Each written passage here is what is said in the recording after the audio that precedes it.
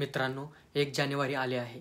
1 जानेवारी म्हणजे अन्यायावर न्यायाचा विजय. 1 जानेवारी 1818ला मनुवादी व्यवस्थेने इथल्या अस्पृश्य समाजास नाकारलेल्या हक्कांना आणि बंधनांना तोडणारा क्रांतिकारी दिवस. अन्यायाविरुद्ध बंड करून गुलामीत खितपत पडणाऱ्या लोकांना क्रांतीची ऊर्जा देणारी घटना म्हणजे 1 जानेवारी 1818चे भीमा कोरेगाव युद्ध. डॉक्टर बाबासाहेब आंबेडकर 2 ठिकाणी नतमस्तक झाले होते, ते म्हणजे बुद्ध आणि दुसरे भीमा कोरेगावचे विजयस्तंभ. त्यांनी विजयस्तंभास भेट देऊन आपल्या क्रांतिकारी पूर्वजांना मानवंदना दिली होती. हीच ऊर्जा आंबेडकरी समाजामध्ये पोहोचवण्याचे कार्य डॉक्टर बाबासाहेब आंबेडकरांनी केलं होतं. तेव्हापासून दरवर्षी आंबेडकरी समाज पूर्ण देशभरातून आपल्या पूर्वजांच्या शौर्यास मानवंदना देण्यासाठी दरवर्षी 1 जानेवारी रोजी येथे येत असतो. यंदाच्या वर्षी जास्त प्रमाणात आंबेडकरी समाज येऊ शकतो या दृष्टीने नियोजनही मोठं आहे.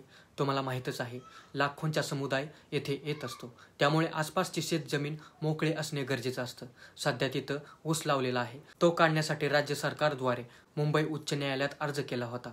पुणे टाइम्स मिररच्या वृत्तानुसार कोरेगाव भीमा येथे शौर्य दिन साजरा करण्याचा मार्ग उच्च न्यायालयाने मोकळा केला आहे. विजयस्तंभ परिसरातील ऊस हटवून जागा मोकळी करण्याचे आदेश न्यायालयाने दिले आहेत. शौर्य दिनाच्या आयोजनासाठी या जागेचा वापर करण्यास परवानगी देण्याची मागणी करणारा अर्ज या राज्य सरकारने केला होता. न्यायमूर्ती अमित बोरकर यांच्या एकल खंडपीठासमोर या अर्जावर सुनावणी झाली आणि ही जागा शौर्य दिनासाठी वापरण्याबाबत मूळ याचिकाकर्ते माळवदकर यांचा कोणताही आक्षेप नसल्याचे ज्येष्ठ वकील राम आपटे यांनी न्यायालयात स्पष्ट केले.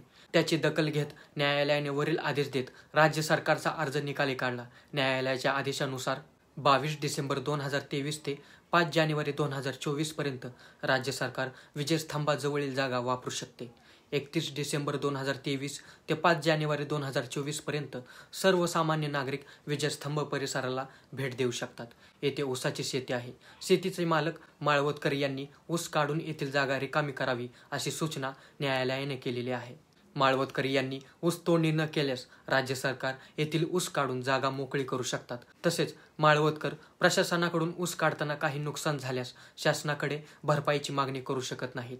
माळवदकर यांना राज्य सरकारने तोडणी केलेला ऊस घेण्याची परवानगी दिलेली आहे. तर मित्रांनो, 18 डिसेंबर रोजी या जागेचा प्रश्न मिटला आहे. यंदाच्या वर्षी कोण कोण भीमा कोरेगावला जाणार मला कमेंट करून नक्की सांगा. व्हिडिओ कसा वाटला कमेंट करून नक्की सांगा. या व्हिडिओला जास्तीत जास्त लाईक, शेअर आणि कमेंट करा. चला भेटूयात पुढच्या व्हिडिओमध्ये. जय भीम.